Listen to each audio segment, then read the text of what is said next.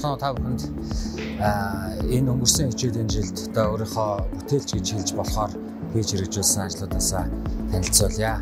За эхний ажил маань болохоор манай сургуулийн анхны иректор одоо 26 жил удаач сургуулийг удирсан Цэвжүүн Жамжоо гэдэг багшийнхаа одоо дурсгалыг мөнгөлөх зорилгоор 100 насныхаа наагаар манай удаач сургуулиас одоо ажлын хэсэг гарч ингэж ажилласан. За энэ ажлын хэсгийн өрөөнд за миний бие бол одоо Жамжоо багштай нэг нутгийн хүмүүс за тэр утгаараа бол намайг энэ ажлын хэсэгт татан оролцуулаад за миний одоо гол гүйцэтгэсэн үүрэг орёолыг бол одоо нутгийн зөвлөлийг буралтуулж за тэдний санал онолыг сургуультаа солилцуулах за багшийн одоо бас ар гэртэй холбогдох за ийм үндсэн ажил дээр орж ажилласнаас гадна энэ одоо хөшөөний одоо ерөнхий энэ дүр зургийг гаргах энэ нөгөө хөшөөг барьсан одоо баримлчтай очиж холбогдох хөшөөний явцдаа сургуулийнхаа удирдлагуудтай хамт хэдэд одоо очиж танилцах. За тэгээд энэ хөшөөг ингээд зээж баримлыг хийж дууссныхаа дараагаар энд авчирж ингэж одоо байршуулах дээрээс ингэж гэрэл чийдэн ийм зүйлүүдийг ингээд хийхэд одоо ингэж оролцсон.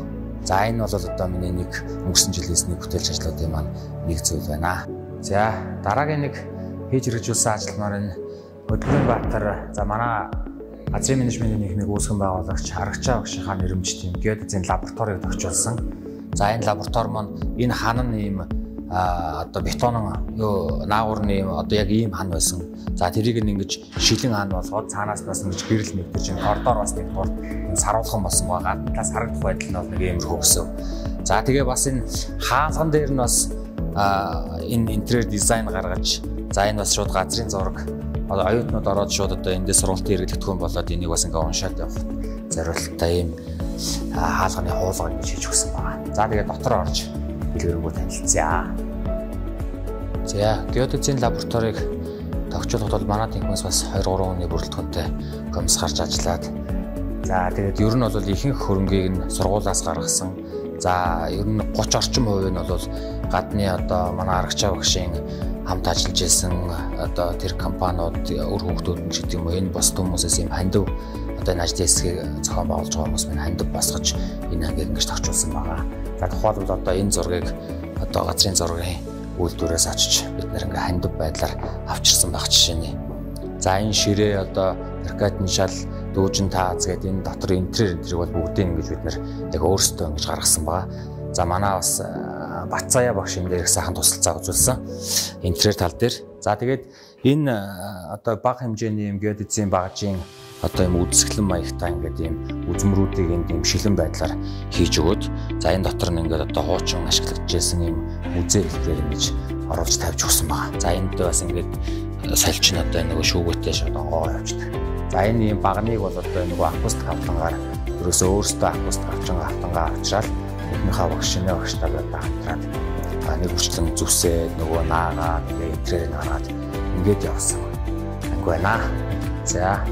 За мөн энд бас ингээд том шүүгээ хэлбэртэйгээр мөн геодезийн багшнуудыг үзмөр байдлаар ингэж хийж өгöd. За энэ дотор талд нь болохоор нөгөө геодезийн хэмжилтэнд ашигладаг багшнуудынхаа хөлийг зөвлөөр юм өндөр ингэж хийж өгсөн байна.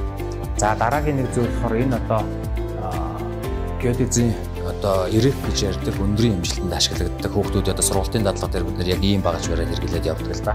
За энийг болохоор нөгөө ийм хөнгөн цагааны төмрийг ашиглаад яг өөрөө бий бол ингэж гараараа ингэж хийгээд дээдлэлт нь ингээ яг тэр ирэхнийхээ тоолол одоо зураг мөрнүүдийг ингээ дотор талд нь гэрэл хийгээд ингээ ас жунтраадаг байдлаар энд нэгийг тэнд нэгийг ингээд хийгээд одоо өөрөөр хэлбэл энэ ангид одоо хүүхдүүд хэмжилт хийгээ явж байхдаа хичээлээ үзэж байхдаа хуучин бол ингээд яг ийм багаж оруулж ирээд ингээ бариад явдаг байсан бол одоо шууд эднэр лугаа хэмжилт хийгээд явчих ийм боломжийг бүрдүүлж өгсөн байгаа.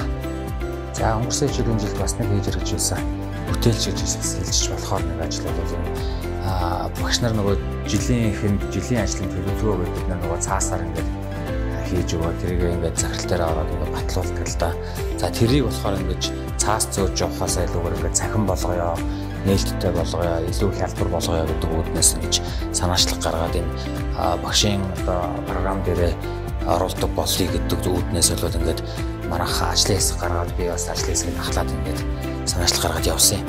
За тэрний хүрээнд болохоор одоо энэ зөвхөн агрикологийн сургуулийн багш нар дээр өнгөрсөн жил бол туршилтын байдлаар хийж үзсэн. За энэ үндсэн сайт руугаа орчоод доотлолт нь жилийн ажлын төлөвлөгөө гэдэг нэг хэмжээс нь өгсөн. бас багш нарт бол харагдахгүй, агрологийн сургуулийн багш нарт харагдана. За энэ дээр ороод үзэхээр төлөвлөгөө оруулах гэж байж байгаа. За төлөвлөгөө оруулах гэдэг рүү ингээ орохоор за энэ одоо нэг аттестачлалын маань одоо өчигдөр төгөлдөр мөрдөж байгаа журмын дагууд за энийг яг ийм үзүүлэлтээр авах уу яах уу гэдэг дээр бас сургалтын бодлого зохицуулалтынхаа албатай бас багшийн хөгжлийг хариуцсан мэргэжилтэн алтан зур гэдэг ингээ олон хүмүүстэй бид нэр хамтарч ажилласны үр дүнд программистуудтайгаа нийлж байгаа. Программистуудаар одоо ингэж код бичүүлж ийм нэмэлт ийм одоо юунууд оруулсан байгаа. Ажлын төлөвлөгөө оруулдаг. За тухайлбал одоо жишээ нь энэ жил би хичээлийн иж хүртэл дээр одоо газрын кадастр гэдэг нэг гэдэг хичээлийг нэг хичээлийн иж хүртлийг хийнэ гэдэг ч юм уу те. За төгсөлтийн ажлагт би одоо 3 хүүхд төгсөлтийн ажлуудаа удирдан бакалавр дээр гэдэг ингээд ийм байдлаар ингээд оруулаад багш нар маань оруулж өгвөл баталгаажуулахад арчих юм байна. За тэгээд тэрийг нь болохоор удирдлага талаасаа болохоор шууд ийм байдлаар харчихна. Одоо хичээлийн жилээр нь кодоор нь овог нэр тэнхэм гэдэг эднэрээр нь шууд ингээд шүүгөө үзчих болно гэсэн. За тухайлбал ингээд тэнхэмдэр нь дарахаар жишээ нь газар тариалан өр судлалын тэнхэмдэр бол ийм багш нар одоо ийм ажлууд хийнэ гэдэг. Одоо тухайлбал хамгийн ихний багш руу ороод ингээд үзэхээр за ингээд одоо тухайлбал Эрдэнэ Жимэг багш бол одоо хичээлийн иж хүртэл дээр 4 хичээлийн бакалаврын иж хүртлээ зайжуулна гэсэн байна. Гэх мэтчлэнгээр ингээд энэ болгоно ингээд батлагдаад ингээд одоо явцсан. Энэ жил бол манайх энийг энэ одоо бүрэлдэхүүн сургууль дотор орчлын байдлаар ажиллаад хэрвээ боломжтой гэж үзэх юм бол бас сургуулиуд маань хэрэглээд дахиад ингээд өшөө одоо А цагийн, Б цагийн босоод одоо нэг өөрийн үнэлгээний тайлангууд ч юм уу те босоод тэд нар маань ингээд энэ программаасаа л амархан гараад ирдэг байхаар тийм одоо ажлыг хөнгөвчлөх зорилгоор ийм зүйлийг санаачлаад одоо ингээд хэрэгжүүлж эхэлсэн юм аа. За баярлалаа.